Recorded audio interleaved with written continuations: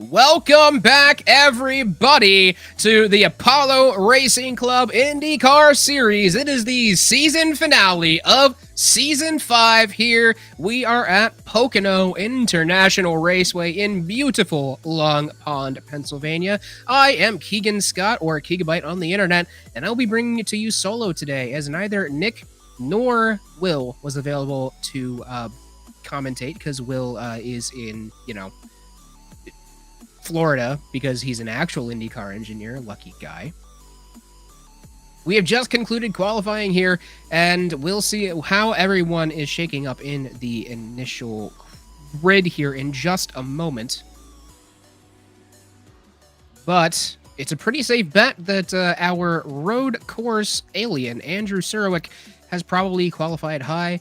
We already know who the champion is, though. David McCourt probably also qualified high. So as soon as our production feels like it, he's going to put up the qualifying results in our initial grid. There, production felt like it. James Williamson actually going to lead us off in the pole position, followed by Andrew Surowick, Tanner Long, Mark Feeney, and John Krauser to round out the top 5. Cody Barrett, Eric Oliva, Jake Jackson, David McCourt, and Brock Whiteman rounding out the top 10. Tyler Reed, Dan Skilton rounding out the top 12. And then whenever we feel like it, we'll see the next page. Matthew Rice, Nick Jadu, and Liam McNeil rounding out the top 15. Daniel Taskey, the last man on the grid at P16. I was in practice and did my due diligence.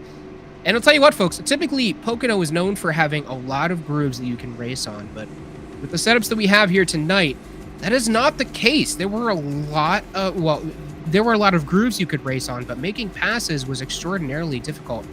The only really good passing zones seemed to be into one. So, expect to see a lot of diving, people going into the bottom on turn 1 to try and get a nose underneath other drivers. If they can do that, they're almost certain of the pass, but the problem is, it's really easy to close down on them if you're on the outside going into one. So, it's going to be very tricky. Qualifying is going to be very important here. Now, as previously noted, we do have a bit of an issue with cautions in this league in general, so we will be probably extending our fuel window a little bit. For a 50-lap race, our fuel window is about 22 to 28 laps, depending on how people are saving fuel, and it could be stretched a little bit further, especially with these cautions. We've been racing at Pocono since Season 3 as well.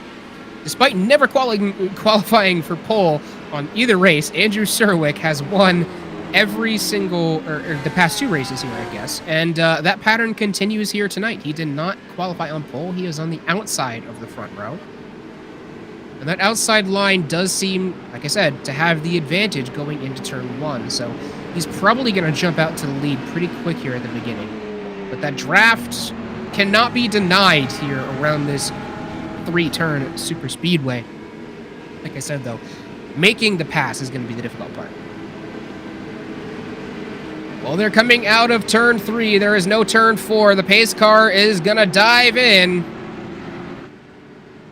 Oh, sorry. They're going into turn 3. Never mind. Turn 2. Don't chuckle at me, production. There we go.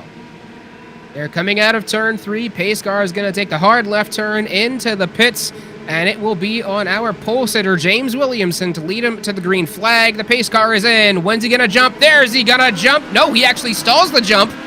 And we are green flag. Andrew Surwick going to jump out and pass before everybody, but he passed on the outside. That might be a good pass from Andrew. We'll have to see if he gets black flagged. Big lead already off the very beginning. Cody Barrett ends up jumping in front of Jake Jackson, as well as Mark Feeney. Everyone gets through turn 1 safe. A couple people jumping out of line here, but going into turn 2, it's very hard to make a pass, and going through too wide can really end your race quickly. A little bit of wall touching, maybe a little bit of tire spinning as well, but everybody gets through 2 clean as well. Jake Jackson falling back quite a ways off the very beginning. Brock Whiteman also going to run up. And Andrew Surwick, yes, he did get a black flag, in fact, for getting to the line before the leader. So he is now going to be probably almost a lap down, if not more. He's going to have a hard time picking that lap back up here, as our guys are so far running pretty clean. And as the tires warm up, I'm expecting them to get to stay clean for the next 10 to 15 laps. So long as everybody can keep it on the track.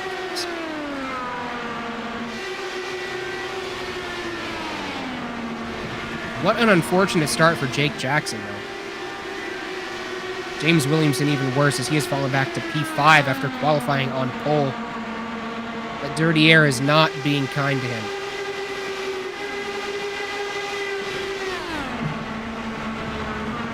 He is going to look for a move on the inside of turn 1 onto Jake Jackson, but Jake Jackson just closes that up around the outside so quickly. You almost have to try and make a pass on the straightaways if you want to make something stick. James Williamson's going to be able to go around Mark Feeney, who appears to be slowing. I don't know if he maybe touched the wall or what happened, but we stay green no matter what.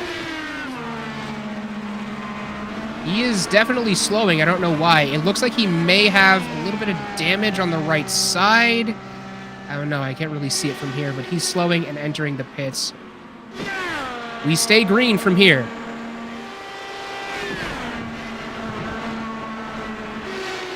Tanner Long in the Bitcoin car. He's fallen back a little bit off the start of the race as well. Kind of just jumps in line. Nick Jadu right behind him. Nick, ooh, a little bit of a wiggle going into 2. They're all right for now. Long might be looking ahead to James Williamson to try and pick up another spot. He's on the outside of 3, going into the Tanner Long Pond straightaway. And we do have a caution, in fact. Not sure who was responsible for that. I saw someone fork off to the inside of 3. Maybe hit that barrier, I'm not sure. Liam McNeil gonna run wide and just collects everybody. I believe that was David McCourt that he actually took the wing off of, too. So never mind. Our first caution comes on lap 4, I think? 3 or 4? Yeah, lap 4, I was correct. Looks like he just got kind of loose. And honestly, that's really easy to do here. If you touch that, if you touch the apron on 2, and yeah, looks like that's exactly what he did. Got a little bit loose coming out of 2, touched the apron maybe, saved it, but then David McCourt ran right into the back of him, and there was nothing he could do about that one. So the field will line up again for a restart, probably on lap 7 is when we'll get that.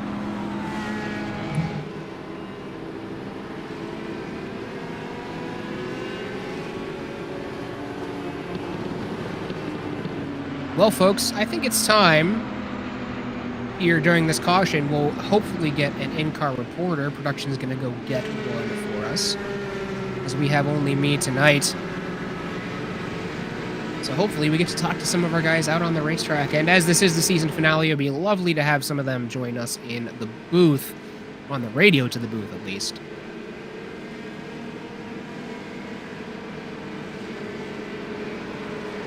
Production has informed me that we're going to do that on the next caution. David McCourt's actually going to short pit.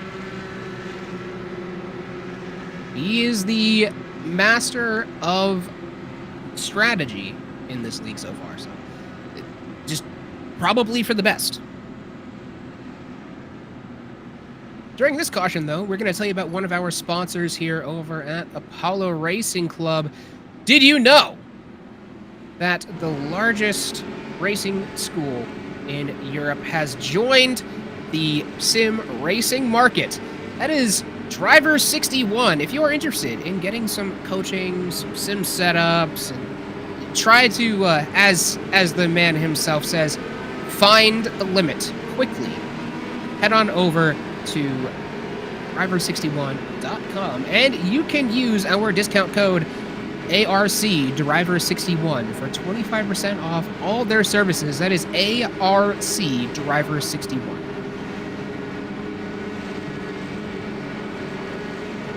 And it looks like, if I can see the pace car here, lights might be out on the pace car. We might be going green this time around. No, they are not out on the pace car. Never mind. So looks like we'll have a restart on lap 8.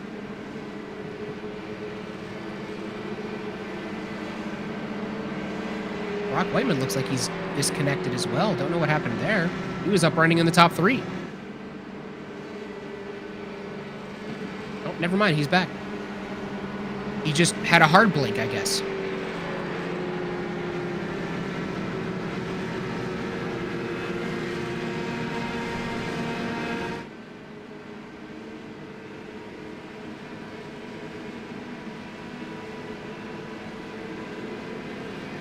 Cody Barrett in one of the worst positions to be in right now as an Indycar driver on ovals. You're not really able to save a ton of fuel up front. So if he is trying to make that stint last a little bit longer, he's not going to be in a great spot.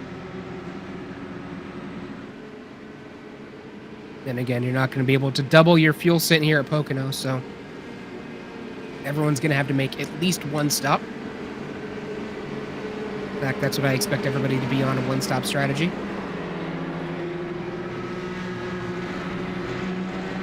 There we go. Lights are out on the pace car. Lap 8 will be our restart.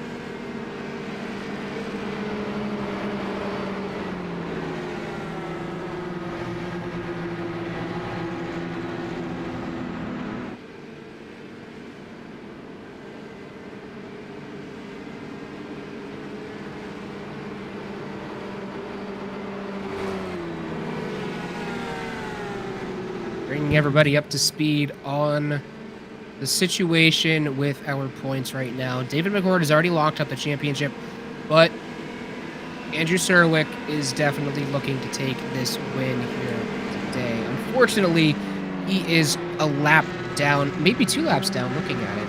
Maybe even more. Due to that early penalty, got to the line before James Williamson was able to get there.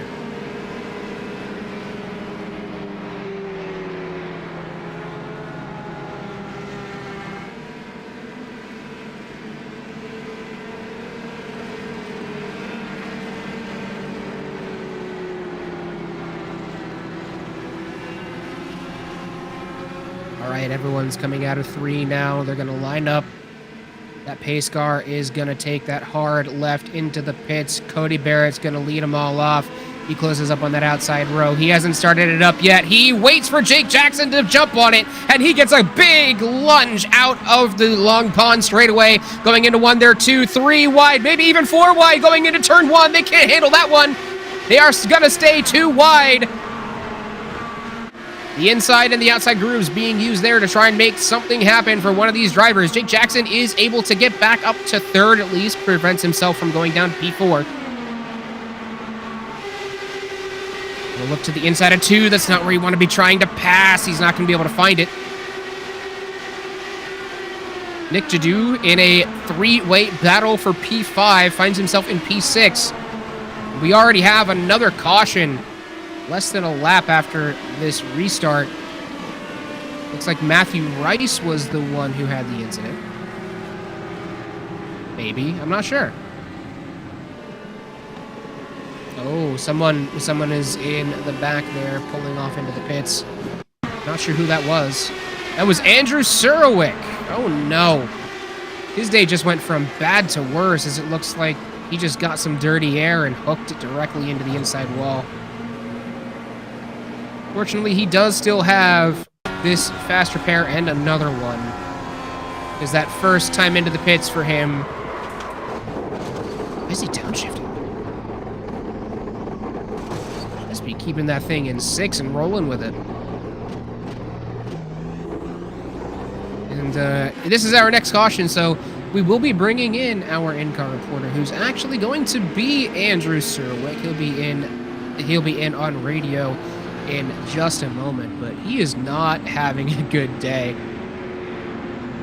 Evan McCourt coming in for another pit as well, trying to just keep topped up on fuel and tires and the like. And I believe we have a connection to Andrew in the car. Andrew, do you got a copy? Yep. You have not been having a good day so far, my friend. First that penalty on the start, and then that crash right there. What's happened today so far?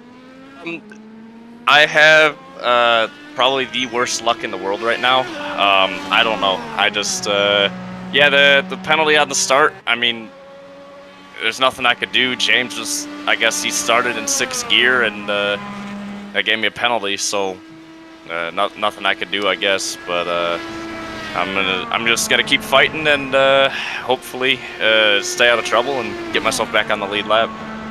We see you as 1 lap down. How far is yours telling you? Yeah, I'm seeing 1 lap down as well. So well, it's nothing too terrible. It's better than the 2 laps that you could have been down with that penalty and all, but thankfully Poconos is a long track. So what's your strategy for the rest of the day here? I'm just gonna keep pitting until all the lead lap cars pit, and then after that, once they pit, stay out and yeah, get my lead lap back, and we'll just go from there. That is not a bad idea, because you might be able to outstint him as well. So good luck the rest of the day, Andrew. Hopefully you can manage to get that lap back and then contest for a win. Yeah, hopefully. All right. Andrew is a fighter. He can 100% come back if he has the means to do so. And that's not a bad strategy there. Just every time there's a caution, come in, take a pit, come in, pit. And you can see that's exactly what David McCourt is doing too. So those 2 strategies might conflict a little bit. And honestly, Andrew is not that far off from being able to go full stint. If he comes in on lap 22, he can go the rest of the way, especially if we keep getting cautions like we have been.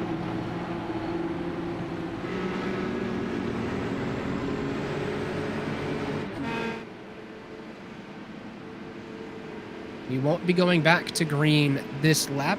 It'll be one more lap under yellow. Looks like we'll be restarting on lap 12.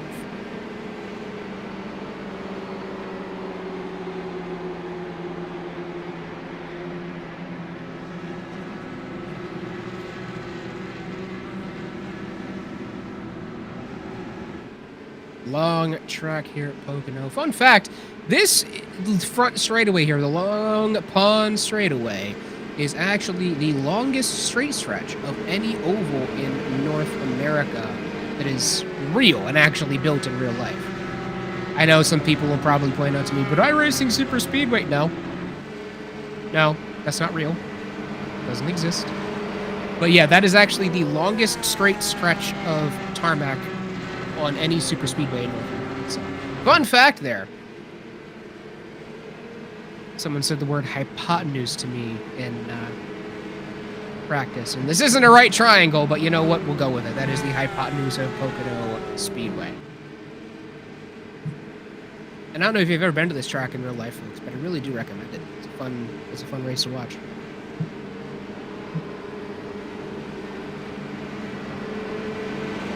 Coming around through turn 2.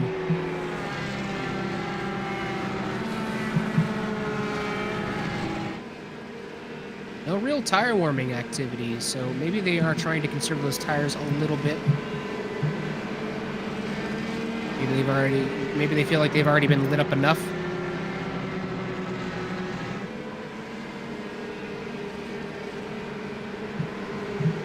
Interestingly enough, Nick Jadot, who did not have a great race last week, currently running in P6 inside the top 10, so he's not having too bad of a day for himself, and I hope I did not just caster curse him. Pace car's in. Back up front with Cody Barrett. Whoa, big jump there by Jake Jackson, and he ends up causing a wreck in the back. There's going to be another caution before they even manage to get to the line. Jake Jackson jumped the start, and then everybody behind him checked up when he did, and it caused a concertina effect all the way back, and unfortunately, it looks like the unfortunate benefactor of that was Dan Skilton in the UPS car. Ooh. Oh no, he just ends up running directly into the back of Nick Jadot.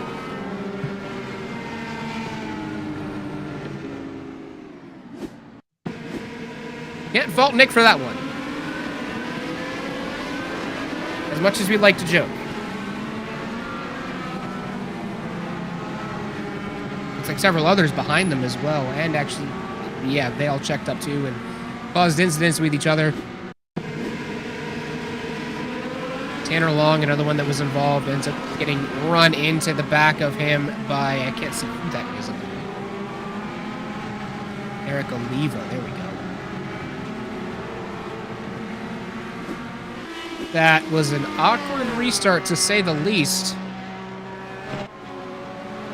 There's a few people who are having good races now end up going a lap down. This is all playing right into the hands of Andrew Surwick, though, who, he said it once, or he said it when we had him on. He is just going to pit every time he has an opportunity, and hopefully he's able to stint out and get his lap back.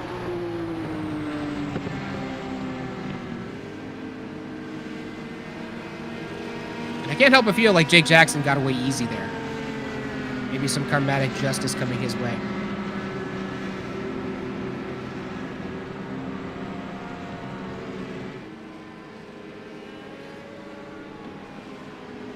Tanner Long gonna take the pit stop. Looks like that was Brock Whiteman who was faking the pit. Eric Oliva also coming in to the pit lane.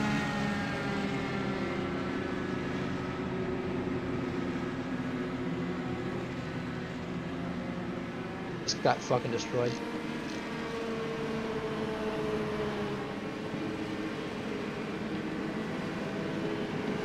Bit of a sloppy restart from everybody involved there. Can't check up that badly. Not when you can't pass on the inside.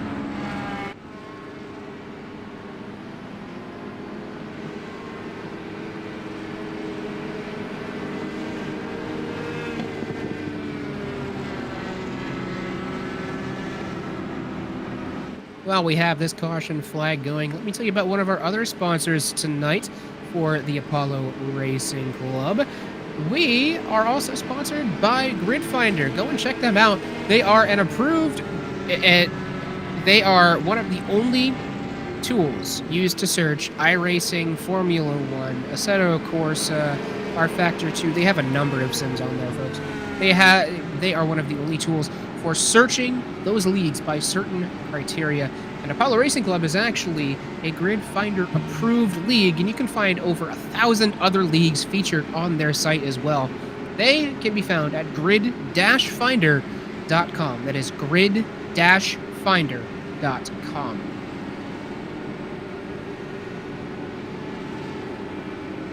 Waiting to come back around to the green now. Are the lights out on the pace car? I can't see from the angle that we currently have. No, they are not.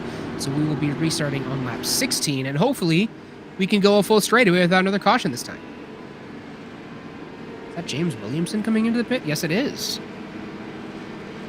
He's actually going to pit from the 5th position, Tasky pitting from the 8th position.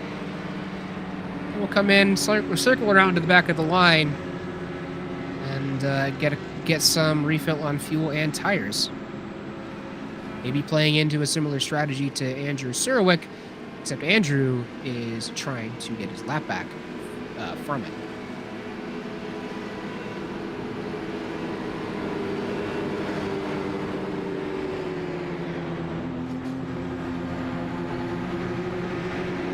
Hopefully this isn't going to be another one of those races that ends on time.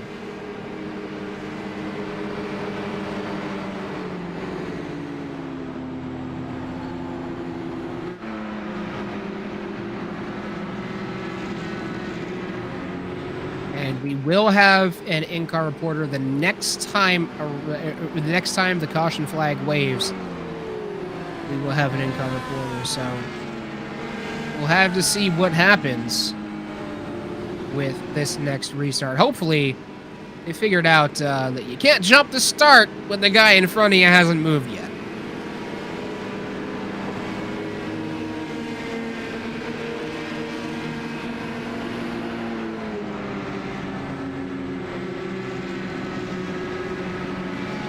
I don't know, maybe they were trying to take me up on the bet I made. I said, if anyone can hit the press box, $50.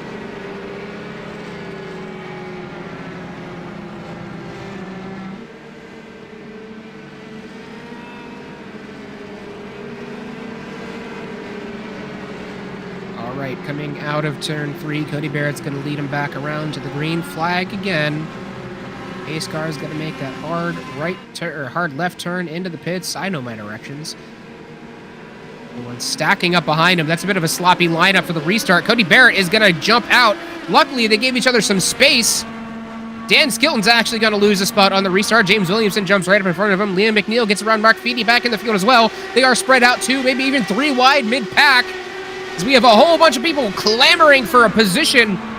Mark Feeney leading the whole pack of 2, 3, 4, 5, 6 cars, all vying for that P7 spot. David McCourt breathing right up his gearbox, too. He's going to look for something probably going into 2, maybe. Andrew's going to get daring and look for something going into 2. He will actually get it as well, as he gets right on past. That was James Williamson, I think, actually. That went 3. Mark Feeney! Ooh, David McCourt almost gets into the back of him, has to peel off at the very back. That dirty air in these cars is problematic.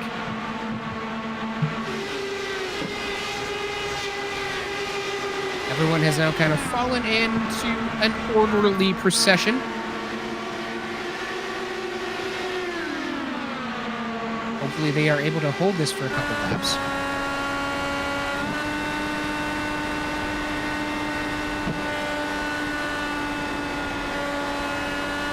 You see a lot of different gearing strategies here, folks. A lot of people like to try and take this in 5.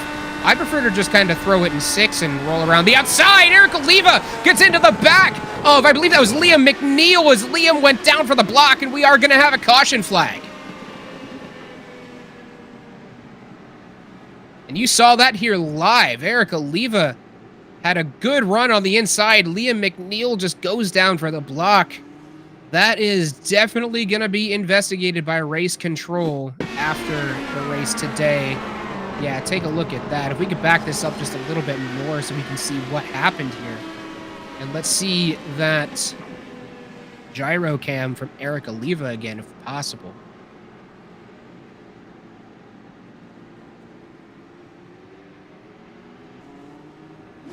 There we go. Yep.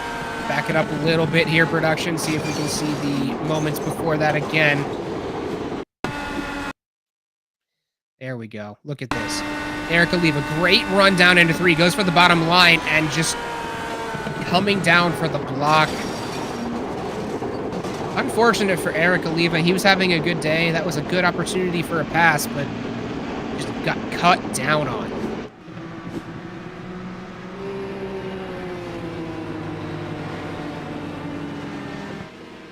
Well, production gets our in-car reporter in here.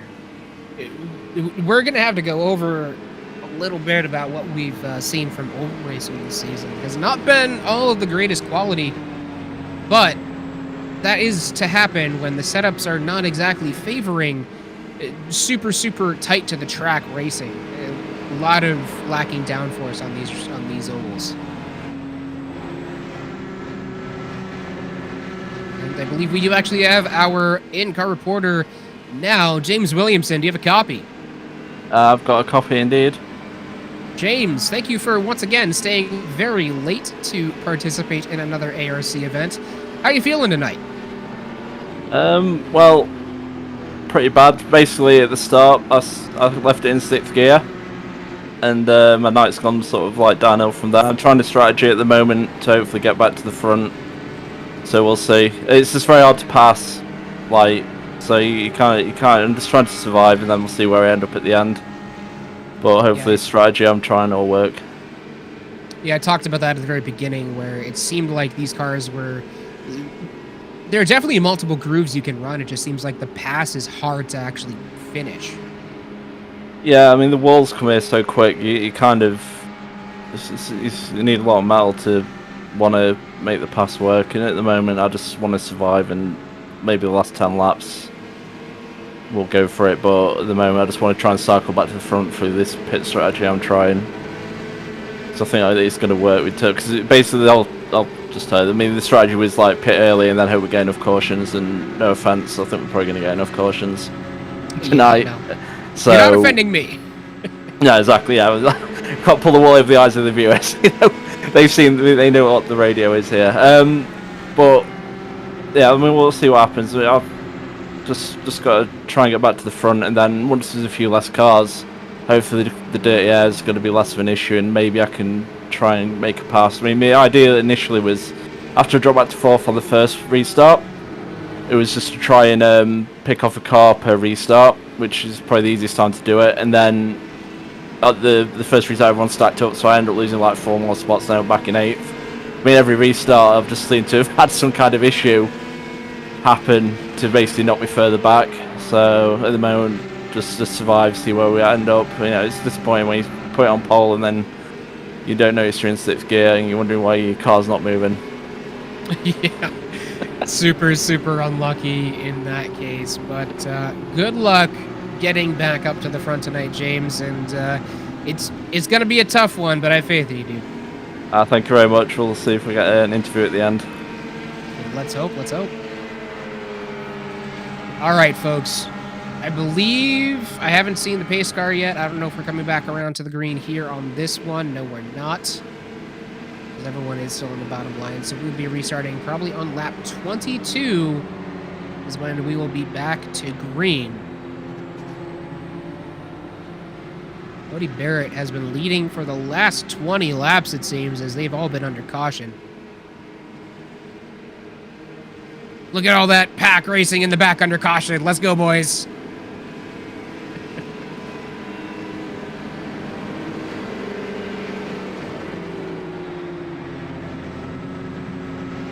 Let's hope these guys are able to keep it clean on this restart.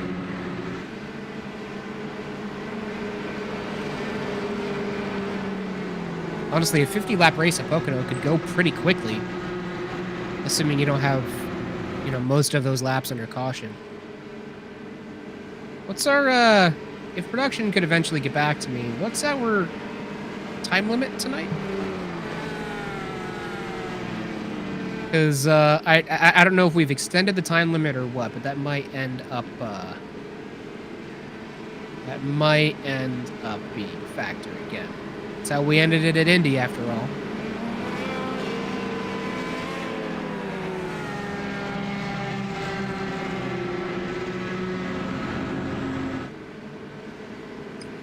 One hour and 55 minutes, so we're probably not gonna end it under time. So that's good at least. If we ended under time, we're gonna be here a while, folks. Get your shots ready.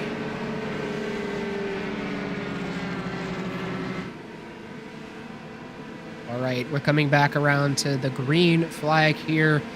Cody Barrett, once again, is going to lead the field. I wonder if he's going to stack them all up again. Pace car peels off. He jumps out immediately. He's not going to give anybody an opportunity to get right up behind him. He's instead going to try and dust everybody right off the beginning. He's followed by Brock Whiteman and Jake Jackson, who are spaced out pretty well. But farther back in the pack, there's a lot of people who are pretty nose to tail. David McCourt going around the outside of James Williamson, or maybe James Williamson trying to go to the inside of David McCourt. Mark Feeney forced to the bottom as Andrew Sirowik says, "Look out, I am coming through." And Mark Feeney's actually going to lose another spot to David McCourt, who's now right up behind Andrew Sirowik.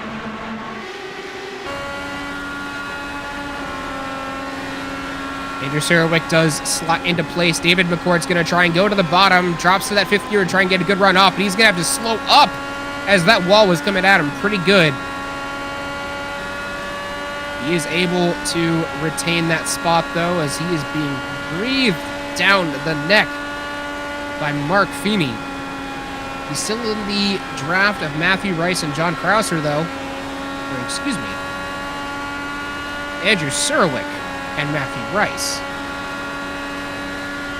Andrew is just picking him off through the field, though. He is quick here tonight. If he can manage to get that lap back, he's going to be a contender.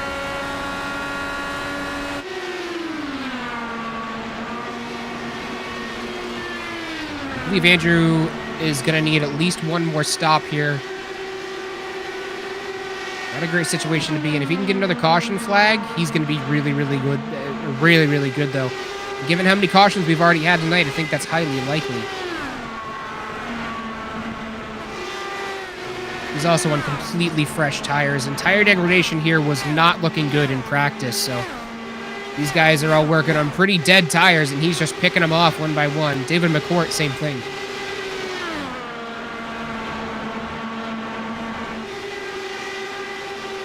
Heck, at this rate, Andrew might be able to bring it all the way back around to the field and get his lap back the old-fashioned way.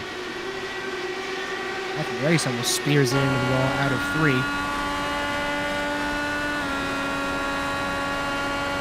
During this 7/10 of a mile straight, you've got to be right up behind the guy in front of you so you can make a big lunge into 1, try and get it done there. 3 seems to be the more passing, or the more popular passing opportunity tonight, though.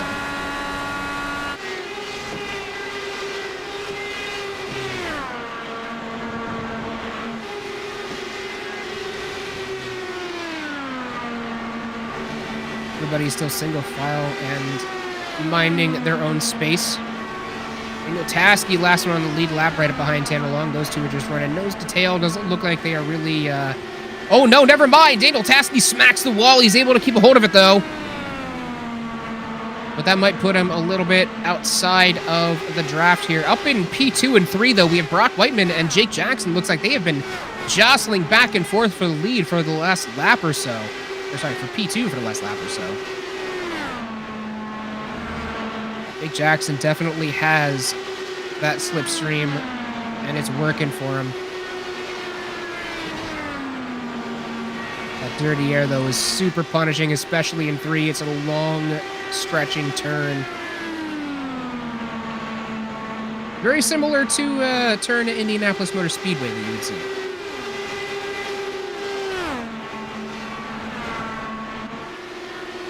He's losing a little bit of time on Brock Whiteman in front of him.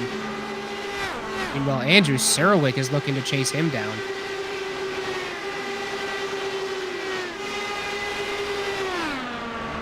just got past Matthew Rice.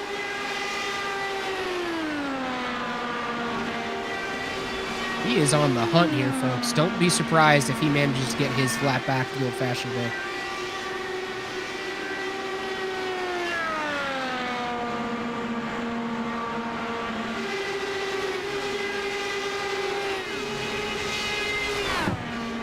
Just over halfway through this race at Pocono. We've actually been green for the last few laps. Much to Andrew's dismay, he definitely wants to see a caution, but Cody Barrett could not be happier. But I'm pretty sure he needs to pit, and this is the point where pit stops are going to come into effect pretty heavily. If we could see the last time we saw pit stops from these guys here, I'd expect to see in the next 2 or 3 laps, given the amount of cautions that we have seen. These guys that haven't come in for a stop yet, which is the top 6, they're going to need to come in pretty soon.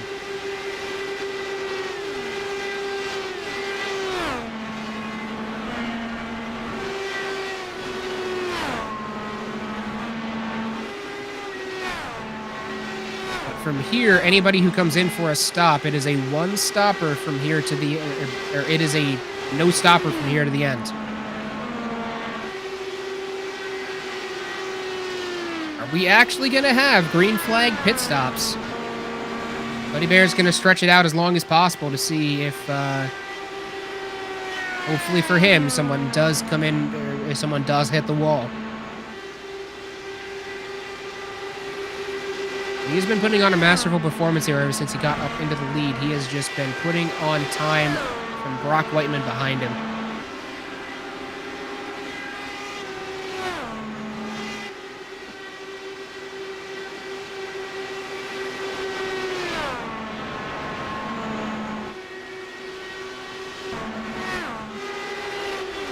James Williamson trying to find those spots back. Gets past Mark Feeney on the inside.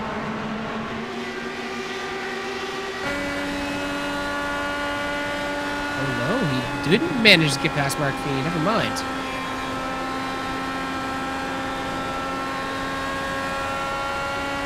We're going to start to see those top 6 spear off and go into the pits. This is really awkward, though, for those 7, 8, 9, 10 position guys who have all pitted already, but I don't think, at least not that I saw, any of them can go to the end on fuel from here. So it's going to be an awkward spot for them. Cody Barrett just hoping to see a caution. This is an incredibly tricky pit lane to get into here at Indianapolis Motor Speedway, and it could cause some cautions of its own if these top 6 are forced to pit under caution, and I suspect that'll be here probably next lap, maybe the one after.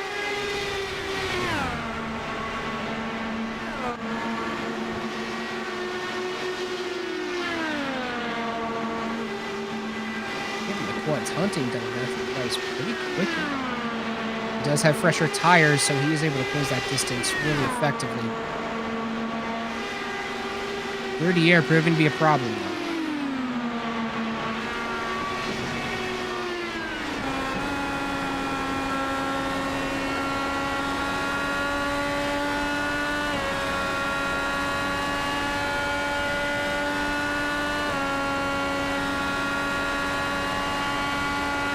Looks like they'll extend it one more lap at least. But you've got to think that these guys are going to come in from here.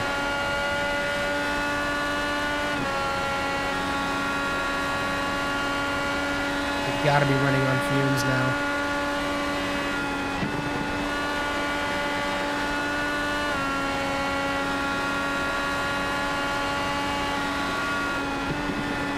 Leaders are coming down out of turn 3. No, they will go another lap.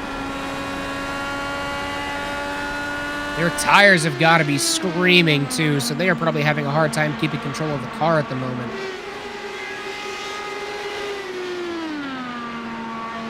Brock Whiteman has completely lost the trail of Cody Barrett out in front of him. Both of them now just praying for a caution. They do not want to have to come in under green.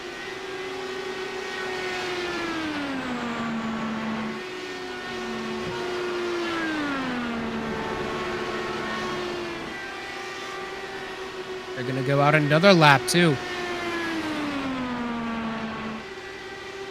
At this point, the next stint's only going to be about 14 laps if you come in on the next time around.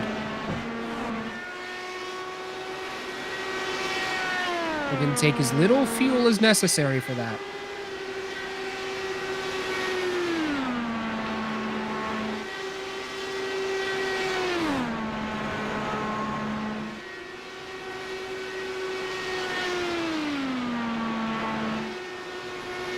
Will it be this time around?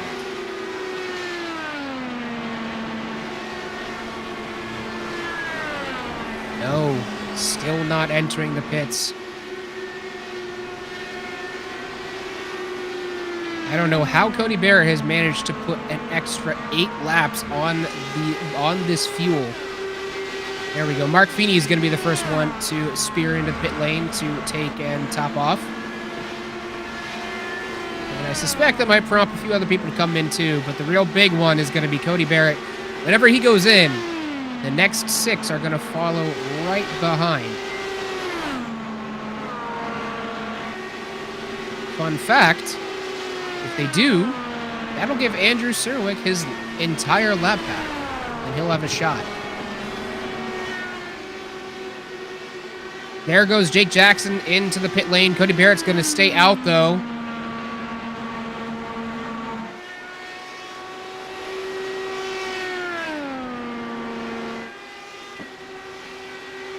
Tires have got to be screaming. That car's got to be hard to control at the moment.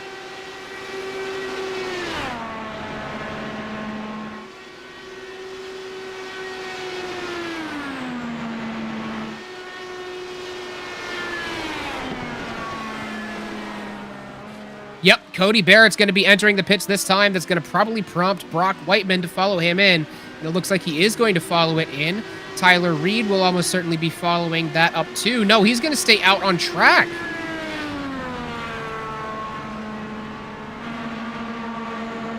That's going to cycle Matthew Rice and David McCourt around to being P2 and 3. Tyler Reed is going to take the lead for now. He's going to be able to lead this lap probably. But that's not what Andrew Serwick wanted to see in the back. We heard from him saying that he was trying to get his lap back. He's not going to be able to get his lap back at this point unless some miracle happens.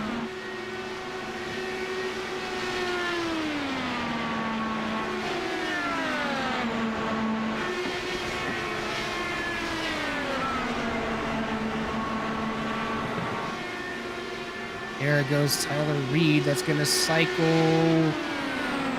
David McCourt around to the lead as Matthew Rice also speared off into the pits. Wait a minute. I thought that was Tyler Reed that came in. No, that was Matthew Rice that came in.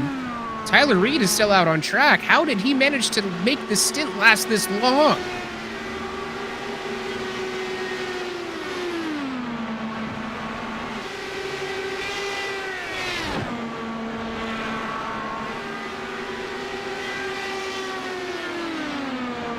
Still praying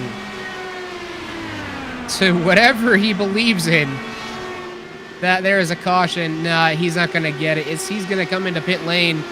That's going to cycle David McCourt back around to the lead. Now, last time he pitted was lap 6, so he's probably hurting for fuel at this point too.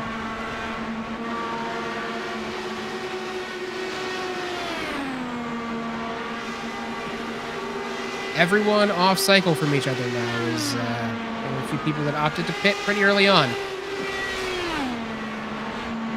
There's no way David McCourt can make it around on fuel for the rest of this time. A 44-lap stint would be absolutely absurd. There's no way with the amount of cars he's been picking off.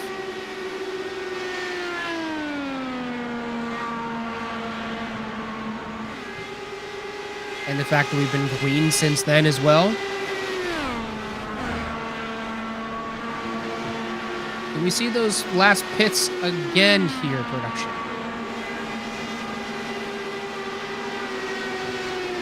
James Williamson might be able to go the distance. Big maybe on that one. Nick Jadu can go the distance. Maybe. Tanner Long also a maybe. Everyone else with the exception of Andrew Serowick, Eric Oliva, Dan Skilton, and Liam McNeil can go the distance. But those top 4 are almost certainly going to have to pit again. Tyler Reed going to cycle back to P9 one lap down.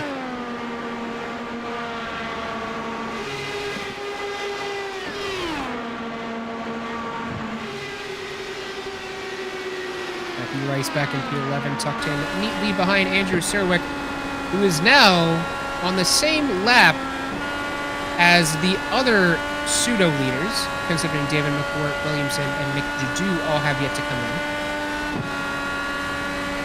But Andrew Serowick is almost certainly going to have to pit again, and he's on weaker tires. He's going to lose a spot to Matthew Rice. Maybe. Oh, he's going to be able to hold on to it. At least for now.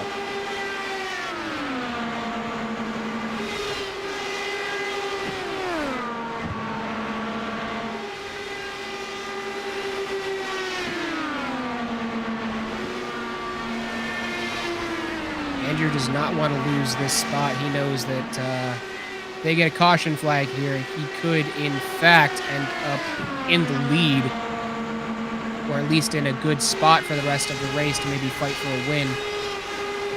Matthew's going to be able to get him in turn 1, though. I don't think Andrew's going to be able to battle back for that spot, unless he pulls some amazing shenanigans around the outside. He is at least able to keep it next to him. He's going to have a better run off the corner. Turn 2 is going to be a little bit dicey here. Looks like they're both able to hold it, and Matthew Rice will complete the pass. I don't think Andrew's going to go for any dive down into 3, considering his tires are hurting.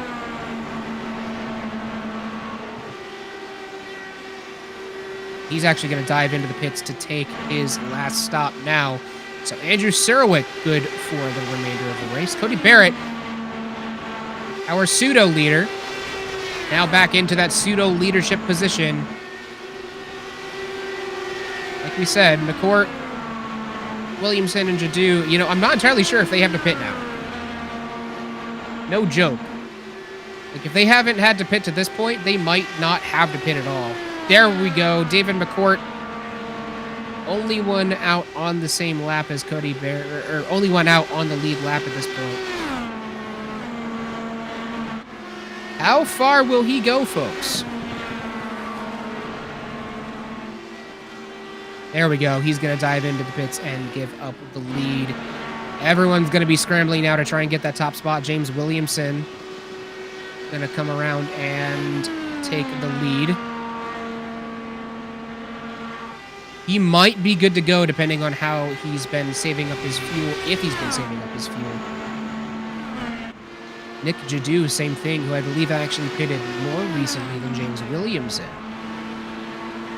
Nick Jadu on his way to a potential good finish here. And with only 4 laps to go, going to be close. I don't think Williamson or Jadu are going to come out and try and take another pit stop. I think we're going to try and go the distance.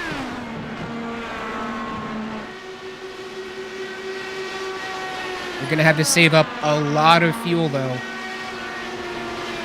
That's going to give Cody Barrett a massive advantage, and he is gaining a ton of time on these 2 leaders. Has gained about half a second in the last lap, but he's going to have to gain a lot more than that to catch up to these guys in the last 4 laps.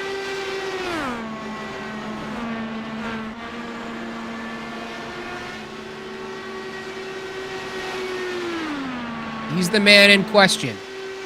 He's going to have to gain a lot more than a half a second a lap to catch him.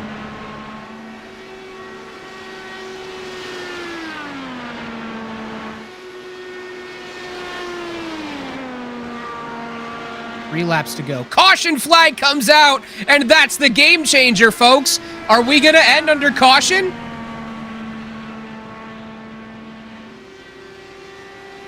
I'm not sure if we're going to have a restart.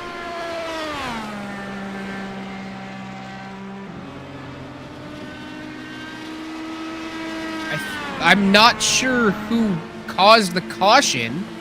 Looks like Mark Feeney ended up coming to the pits. Maybe lit up the tires coming out of the pits or something. I am not sure, but we have a caution on the track and we don't have a replay, so I'm not even sure iRacing knows what it was for. Now it's just on James Williamson and Nick Jadot to try and save as much fuel as possible to make it back around under caution flag, and if they manage to finish 1 and 2 here, they have played a masterful strategy race.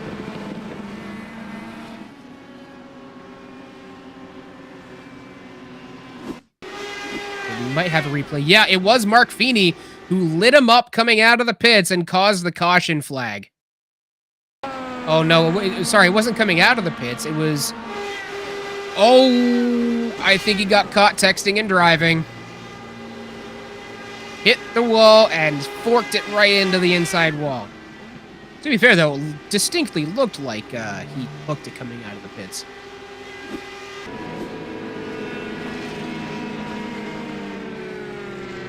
Two laps left, including this one. James Williamson and Nick Jadot creeping along, trying to save as much as possible. James Williamson's got to be running on fumes. Nick Jadot not doing too much better. But Nick Jadot has a couple extra laps. If we can see that pit bar one more time again, production, so everyone can see what we're looking at. Yeah, Nick Jadot has 5 extra laps of fuel. He is praying James Williamson is not able to keep up. But here's the thing. In iRacing, even if they're not going to speed, you can't pass them until they're stopped. So if he can manage to get back around to the caution, or to the checkered flag, he will still be the winner.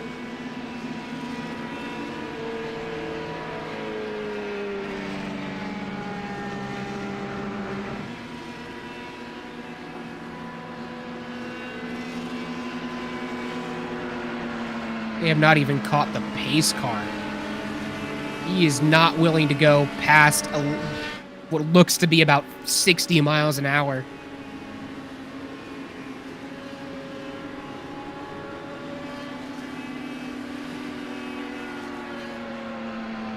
White flag is in the air. We are at white and yellow.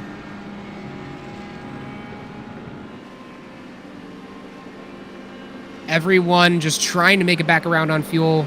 Everyone being Williamson and Jadot, who are sitting up front. My goodness, if they played one heck of a strategy game today, no matter what. Just the fact that they have made it to the last lap after pitting before lap 20, and they have managed to stretch it this far on fuel.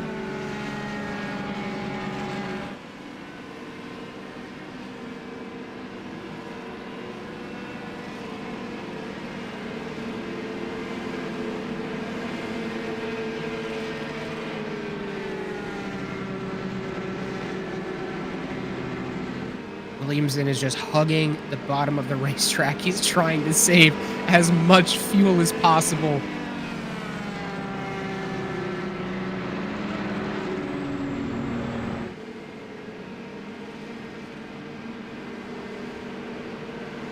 One more corner to go, and then about a quarter mile to the flag stand. Will Williamson have enough fuel to get back around to the checkered flag? Out of 3. If you've got any extra left, put it into your car right now to hopefully coast back around to the checkered flag. But it looks like he is going to have just enough fuel to take the win here at Poconos International Raceway. And then what a comeback. Nick Jadot gonna take second, but James Williamson, my goodness, what a strategy game he played today. Just barely able to save enough fuel to get the job done, and he will take the win. Nick Jadot gonna take second, and Cody Barrett, the provisional leader, before that last round of pit stops, he will come in third. What a race that was.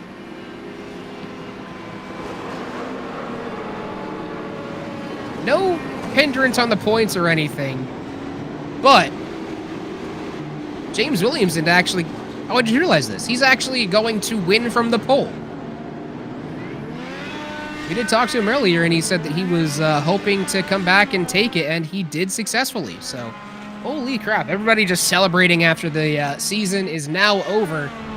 Once again, David McCourt, still our champion of Season 5. Doing lots of burnouts on the front stretch. He deserves it. He wins the war, but James Williamson won the battle today.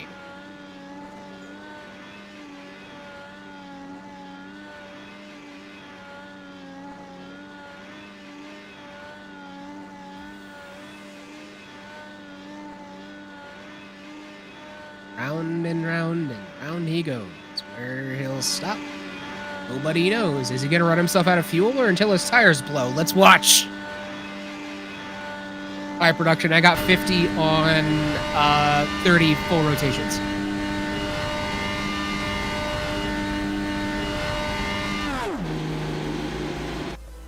Oh, he stopped. Darn it. Well, here we go. The finishing order today. James Williamson coming in first. Nick Jadu in second. Cody Barrett, unfortunate day for him. Probably pretty disappointing, coming in third. Brock Whiteman and Tanner Long finishing out the top 5. Jake Jackson, John Krauser, Tyler Reed, David McCourt, and Matthew Rice rounding out the top 10. Eric Oliva and Daniel Taskey in 11 and 12. Andrew Serwick, disappointing day for him, ending up P13 after an early penalty and a bit of a crash himself. And Liam McNeil, Mark Feeney, and Dan Skilton are going to round out the rest of the field. But I believe we will have an interview, not with our third place. He has actually declined an interview for today. But we have our second place here, Nick Jadu. What a comeback for you from last week, my friend. Yeah, it was a pretty good race, all things considered. I think I just have something with this track.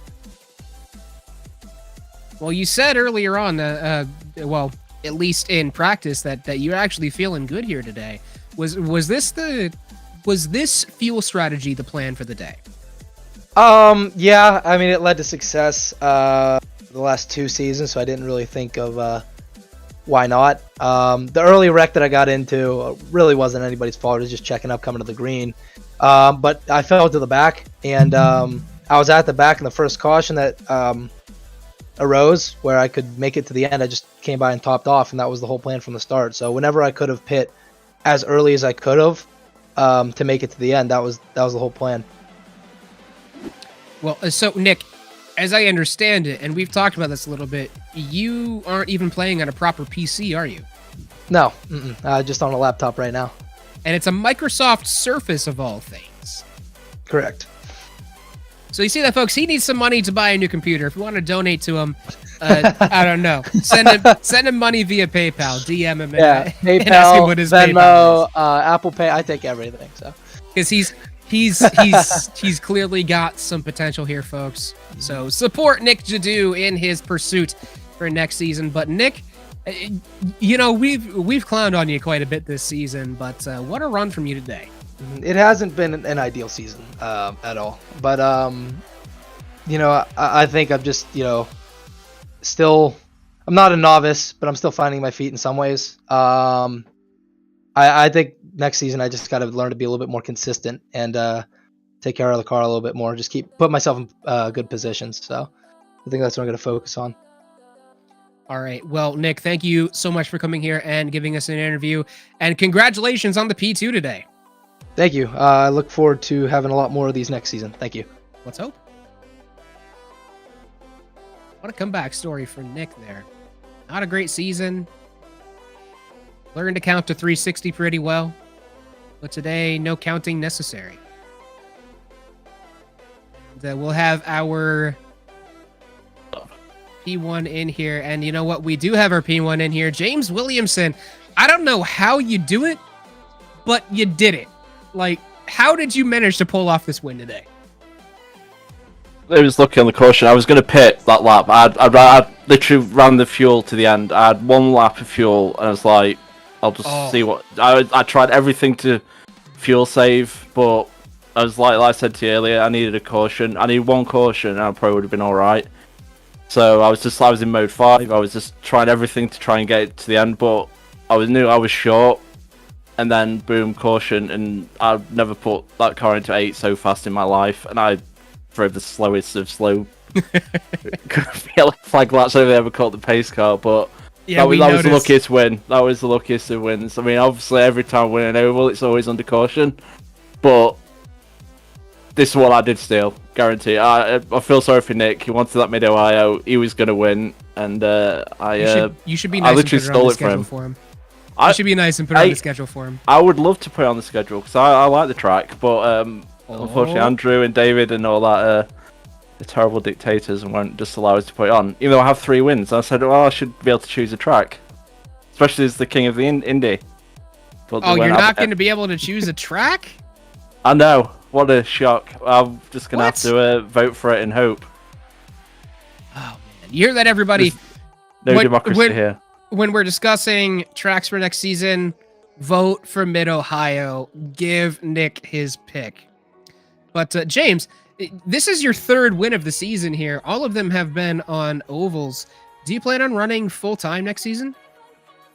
Yeah. It's the thing that stops me is work. I mean, the 3 races I missed here is in Qatar for 3 weeks, so we can't do it about that. But honestly, had you not missed those 3 weeks, you probably would have been in contention for the win this season, maybe at least second. Possibly. I mean, when I look, sorry, I'm sorry.